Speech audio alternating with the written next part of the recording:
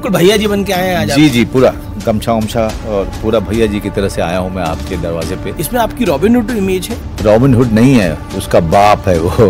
आप कॉफी वाले एक्टर हैं या चाय वाले एक्टर? देखिए, मैं लंच तक चाय वाला हूँ। आपके बाबूजी ने आपका नाम मनोज कुमार एक्टर के नाम पे रखा क्योंकि वो उसके उनके फैन थे? मनोज जी के नाम पे रखा था। तब शायद मैं अकेला ही मनोज था बिहार में, लेकिन उसके बाद इतने मनोज हुए कि आज मनोज पंचर वाला, मनोज चंपारण मीट वाला, मनोज लिट्टी वाला, क्योंकि मनोज वाजपेयी तो एक ही है। वो तो ठीक है। जुनून में जिद जरूरी है या पागलपन जरूरी है? मैं तो माँ से इतनी मार खाई है सिर्फ जिद पने के कारण। जी, मेरी माँ मारती रहती थी, मैं हटता नहीं था। आप सोचिए, मेरे निशान पड़ जाते थे। राम गोपाल वर्मा या अनुराग कश्यप, कोंकणा सेन शर्मा या तब? मैं नेताओं का किसी का नाम नहीं लूंगा। नहीं, चुनाव का माहौल है, देखो आचार संहिता लगी हुई है। बिल्कुल, मैं तो नेता का नाम ही नहीं लूंगा, इसलिए आपसे पूछ रहा हूँ। अभी राजनीति वाली बात हमेश करेंगे और मैं इस अंधेरे में गायब हो जाऊंगा। आज मेरे साथ इस एडिशन में एक ऐसी शख्सियत है जिनको मुझे लगता है कि कोई परिचय की तो जरूरत नहीं है, लेकिन उनके बारे में हर कोई जानना सुनना बहुत पसंद करता है। बड़े डाउन टू अर्थ हैं और जिस तरह की उन्होंने काम किया है या फिर कहें तो जिस तरह की फिल्में करी हैं, वो अपने आप में उन्होंने अपना बॉलीवुड में एक अपना नाम और मुकाम बनाया है। मेरे साथ मौजूद हैं, मैं कहूँगा कि हर दिल अजीज मनोज वाजपेयी साहब। मनोज भाई, आपका अभिनंदन है। धन्यवाद। देखिए, मैं बड़े सारी पॉलिटिकल इंटरव्यूज करता हूँ। अभी पीछे प्रधानमंत्री का इंटरव्यू करके आया था, और लेकिन आपका इंटरव्यू करने को मैं अपने लिए एक लर्निंग एक्सपीरियंस मानूंगा, क्योंकि मुझे लगता है कि आप जमीन से उठ के आए और आपने अपना एक मुकाम बनाया। इसके लिए सबसे पहले तो आपको बहुत बहुत बधाई। आप जहां से आए और जहां पहुंचे, बहुत विरले लोग होते हैं जो मेहनत मशक्कत करके, देखिए मेहनत बहुत लोग करते हैं लेकिन ईश्वर की कृपा जो है वो कम लोगों पे हो पाती है, और आप पर वो हुई। 1993 में आपने अपना फिल्मी करियर शुरू किया और आज यहां तक आप पहुंचे। कभी जीवन में सोचा था, ट्रेन में बैठते हुए, बस में आते हुए, कि मनोज वाजपेयी आज इस मुकाम तक पहुंचेगा कि लोग भी बोलेंगे कि भाई कमाल हो गया? नहीं यार, मैं बिल्कुल नहीं सोचा था ये। हम तो थिएटर कर रहे थे दिल्ली में, और शेखर कपूर जी के कहने पे हम लोग मुंबई आए, और बिल्कुल उम्मीद नहीं थी कि हम 10 फिल्म भी कर पाएंगे। और आज अचानक से मुझे पता चलता है कि मैंने 100 प्रोजेक्ट का मैं हिस्सा हो चुका। तो एक चमत्कार है मेरे जीवन में। बिल्कुल सही कहा आपने, मेहनत तो हर कोई करता है, लेकिन कहीं ना कहीं एक चमत्कार हुआ। मेरे साथ के 30 साल गुजर चुके और 100 प्रोजेक्ट हो गए, और लोगों से प्यार लगातार मिलता रहा है। चाहे भले ही कितनी भी कठिनाई आई, लेकिन ऊपर वाले ने जो है हमेशा जो है वो वापस से उठ करके दौड़ने की ऊर्जा दी, शक्ति दी, और तभी यहाँ तक मैं पहुँच पाया हूँ। इसको जो भी अचीवमेंट किसी का भी हो, चाहे मनोज वाजपेयी का हो, उसमें भाग्य एक बहुत बड़ा बिल्कुल रोल प्ले करता है। आप मानते हैं भाग्य को? बहुत ज़्यादा।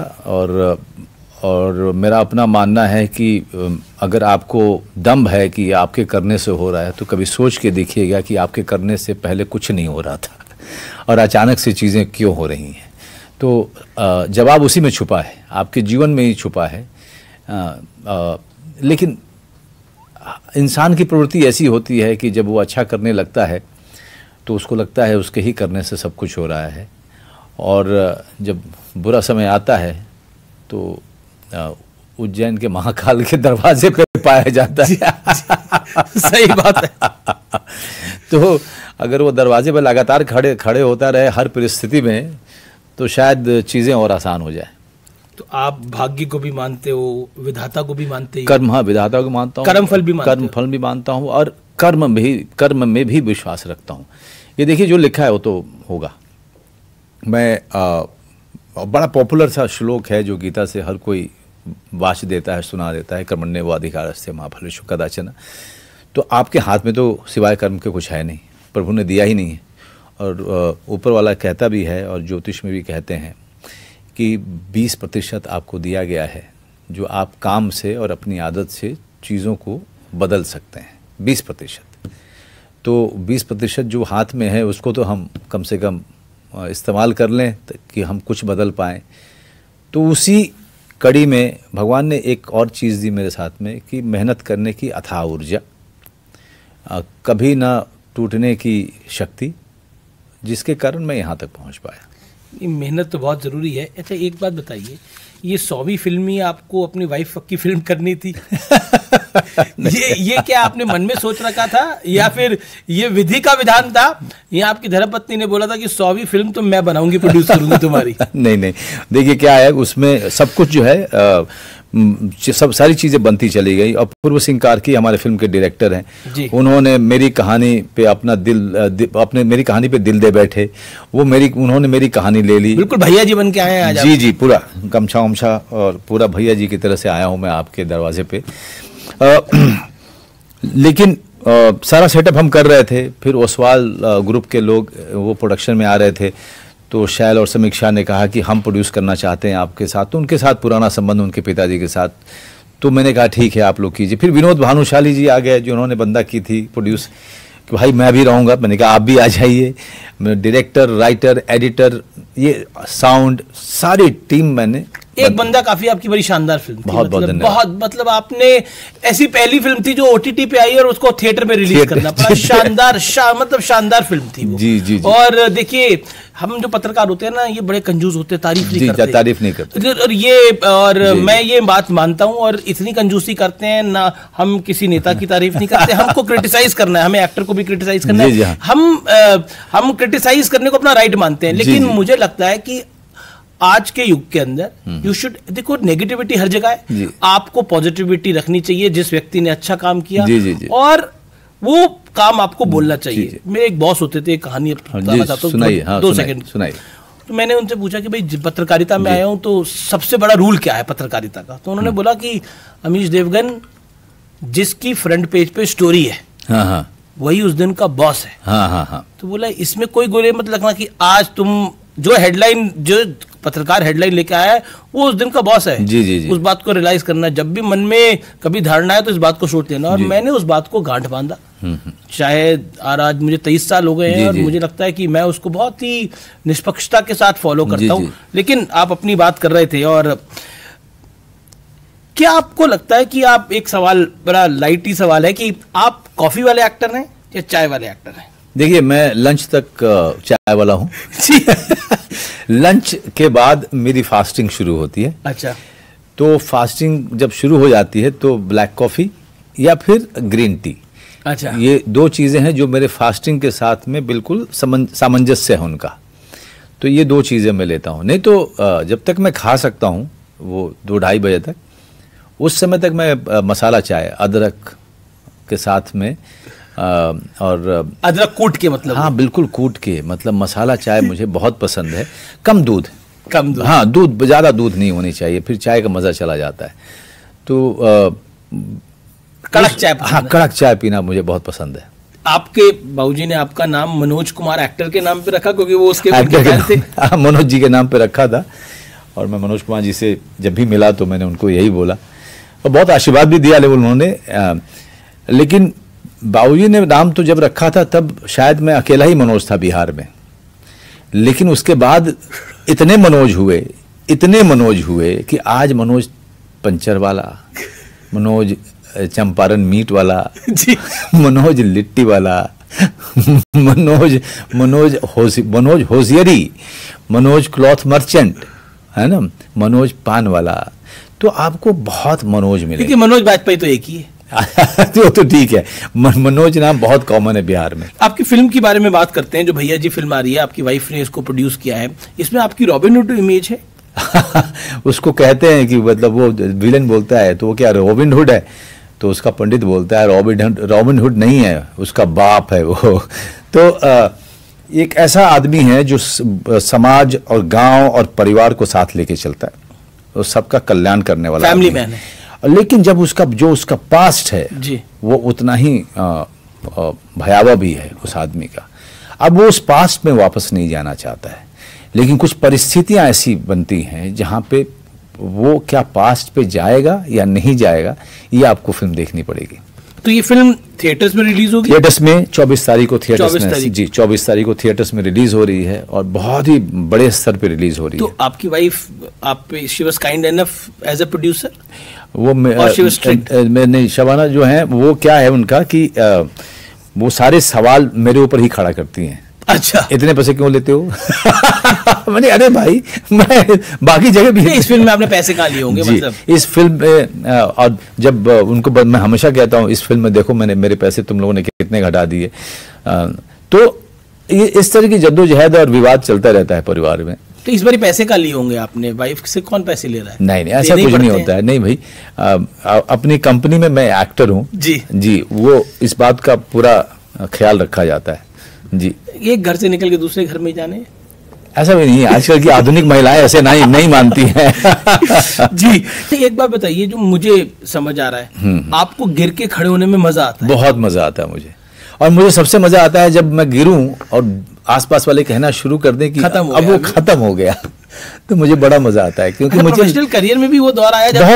बहुत सारे एक बार नहीं आया। अगर आप मेरे पूरे की पूरी आप मेरा पूरा जो मेरी जीवन चरित्र देखें हाँ, तो आपको पता चलेगा कि ये कई बार खत्म हुआ है। एक मेरा ऑब्जर्वेशन है, आपकी सत्य आई, एक हाई पॉइंट आया, और मैं बताऊं मैं बिल्कुल फिल्मों के बारे में बहुत ज्यादा नहीं पढ़ता, लेकिन ये जो क्योंकि मैंने आपको देखा जितना समझा, सत्य आई आपका एक हाई पॉइंट आया जी, फिर आपका एक लो पॉइंट आया, राजनीति आई आपका जबरदस्त हाई पॉइंट आया, आपने शानदार काम किया, उसके बाद फिर थम गया जी, फिर तो उसके बाद फिर एक उठान आया, फिर सत्यमेव जयते सुपर हिट हुई तो थोड़ा उठान आया, वहां से जो सत्यमेव जयते और बाकी फैमिली मैन, फिर उसके बाद सत्यमेव जयते के बाद फैमिली मैन आ गई। तो उस समय से चीजें जो है अपना ठीक ठाक चल रही। पर एक टाइम था आपके पास भी काम नहीं था? बिल्कुल ही नहीं था, बिल्कुल ही नहीं। सुबह उठ कर कहते थे मनोज बाजपेयी एक्टर बहुत बढ़िया है। हाँ एक्टर बहुत बढ़िया है, लेकिन यार फिल्में नहीं चली इसकी, फिल्में बहुत गलत चूज कर। तो होता है कि जब चीजें चलती नहीं है तो उसमें मीन में निकालने वाले तो आ ही जाते हैं। एक इंटरेस्टिंग मुझे, क्योंकि मैंने अटल जी को भी कवर कराया, वो अटल बिहारी वाजपेयी को, तो अटल बिहारी वाजपेयी ने पार्लियामेंट में एक बार ही बोला था कि ये सब लोग बोलते हैं कि बीजेपी पार्टी खराब है लेकिन वाजपेयी बहुत अच्छा है।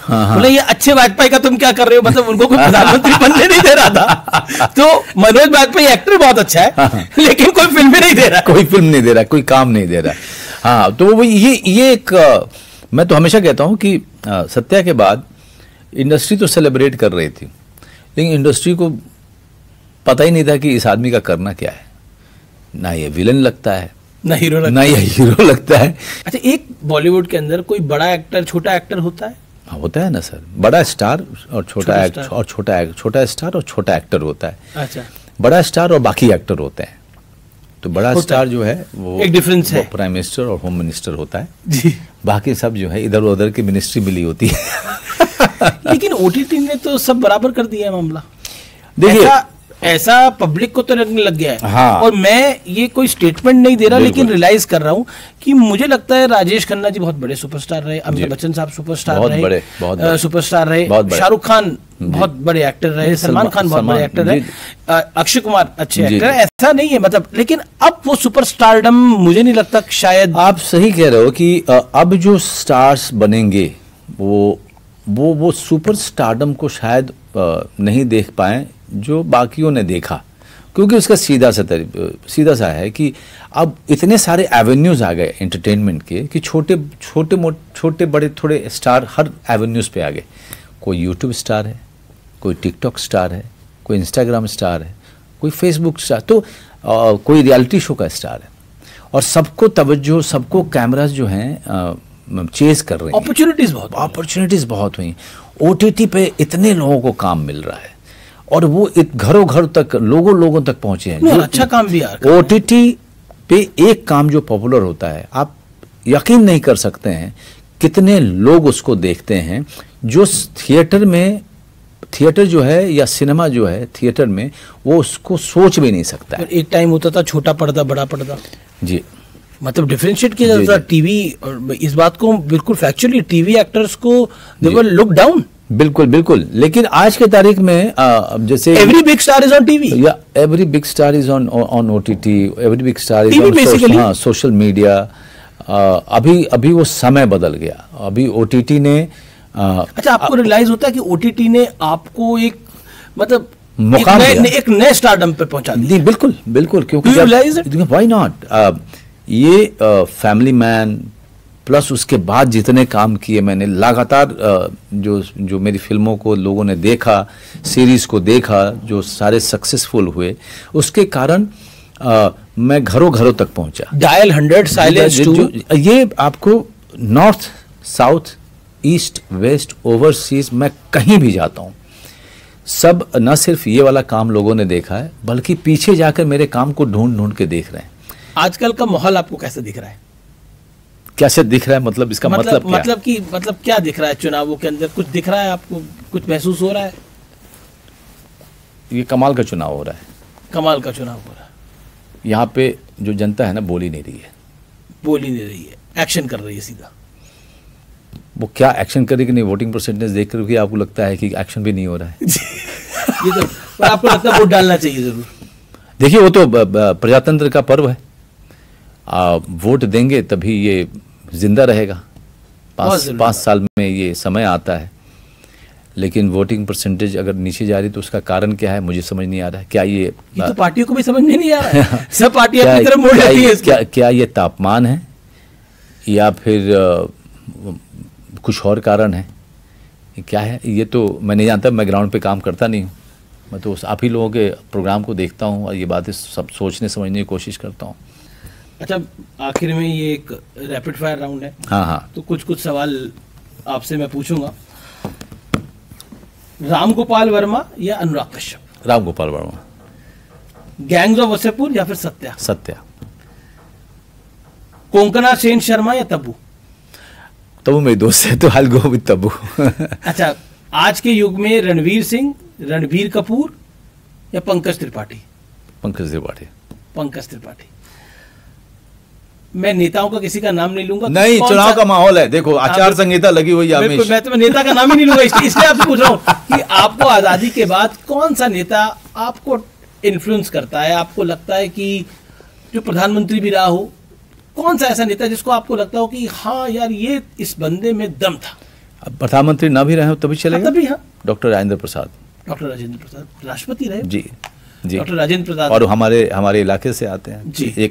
एक अलग तरीके का मैं कनेक्शन देखता हूँ, और जिस तरीके से उनके कारण उस इलाके को जो महत्व मिला, जो राष्ट्रीय पटल पे उसका नाम हुआ उस क्षेत्र का, ये उनके कारण ही हुआ। और बड़े अनुशासन वाले आदमी थे, बड़े पढ़े लिखे आदमी थे। तो हम जब बड़े हो रहे थे तो डॉक्टर राजेंद्र प्रसाद के बारे में हमें कहा जाता था कि पढ़ो, हमें बोला जाता था कि इनके बारे में जानो, क्योंकि हमारे इलाके से, हमारे क्षेत्र से एक महापुरुष पर पैदा हुआ था। जी। 2021 का साल आपके लिए कठिन साल था जी, और आपके पिता दुनिया छोड़ के चले गए थे और तब आप उनके पास नहीं थे। आपको फोन क्यों करना पड़ा था उन्हें? मेरी छोटी बहन ने कहा, क्योंकि मैं आता था दिल्ली और जाता था, और एक समय आया जब मेरे पिताजी पूरे जिसे कहें कोमा भी नहीं तो पूरे तरीके से बेहोशी की हालत में थे, और डॉक्टर ने भी कह दिया था कि भाई सब कुछ तो ठीक है, लेकिन फिर भी ये हालत है, तो हमें लगता है कि अब ये इनका जीवन जो है अब यहाँ पे ख़त्म हो चुका है, ये कभी भी जा सकते हैं।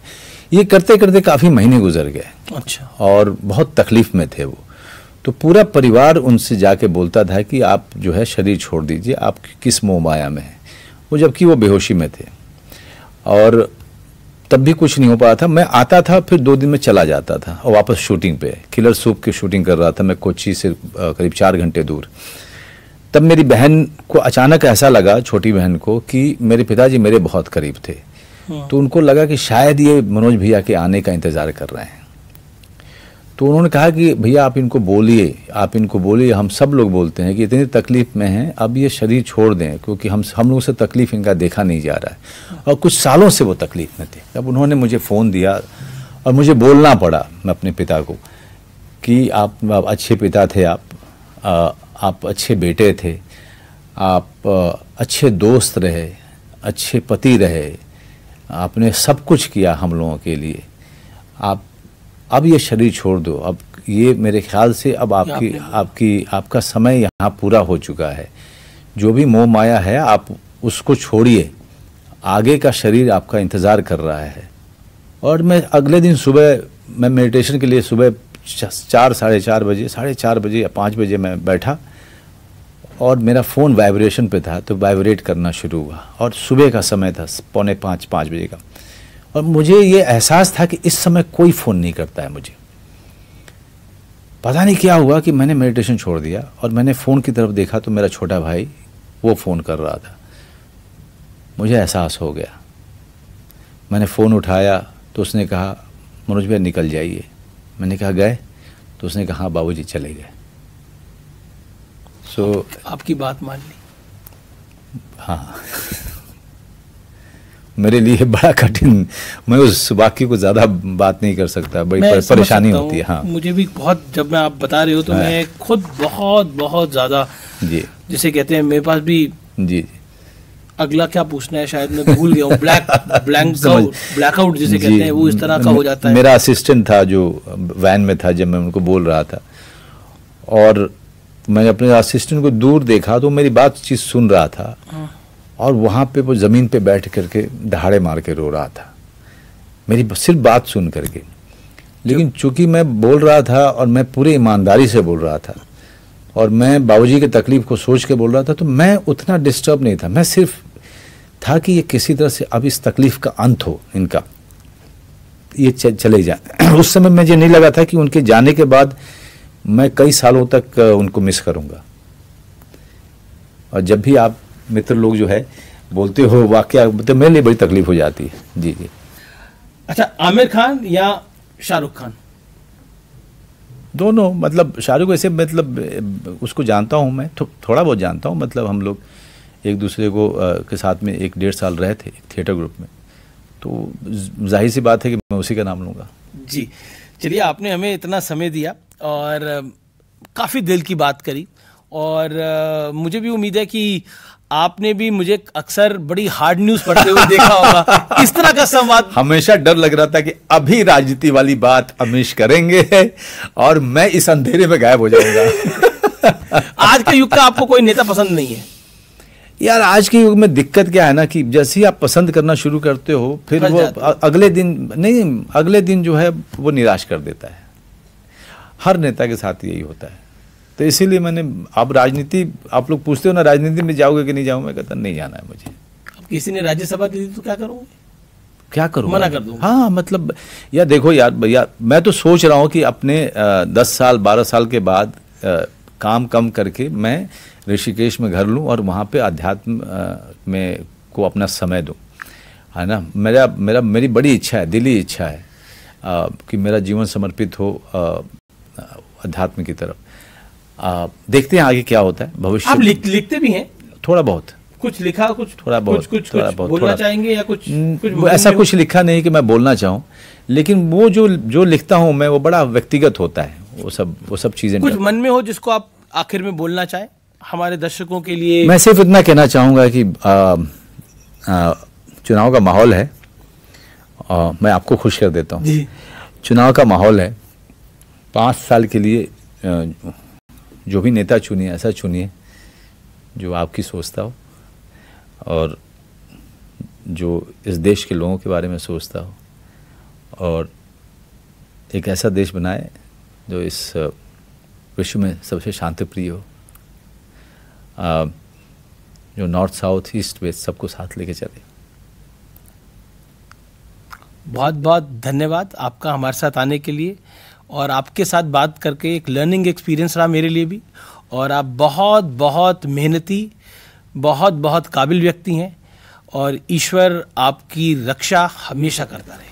आपके लिए भी मैं यही दुआ करता हूं, और मैं आपसे कहूंगा आप सब परिवार और पूरे दोस्तों के साथ भैया जी 24 मई को जरूर जाइए। बिल्कुल बिल्कुल बिल्कुल। और आपकी फिल्म हो और लोगों को बोलना पड़े देखने के लिए, देखिए आप जो है वो एक कल्ट एक्टर हैं, और मैं सामान्य तौर पे नहीं बोलता, थैंक यू, इसलिए बोल रहा हूं आप हैं। Thank you. इसलिए अब जब व्यक्ति अच्छा हो तो उसको थोड़ी तारीफ स्वीकार करनी चाहिए। नहीं, मैं स्वीकार कर रहा हूँ सर, मैं सर झुका के स्वीकार कर रहा हूँ जी। और आपकी फिल्म अच्छी चले जी। Thank you. देखिए 24 मई को आपका नतीजा आएगा, 4 जून को नेताओं का नतीजा आएगा, तो दोनों का इंतजार है। चलिए, तो फिलहाल आपका धन्यवाद, आपका समय देने के लिए हमें धन्यवाद। Thank you.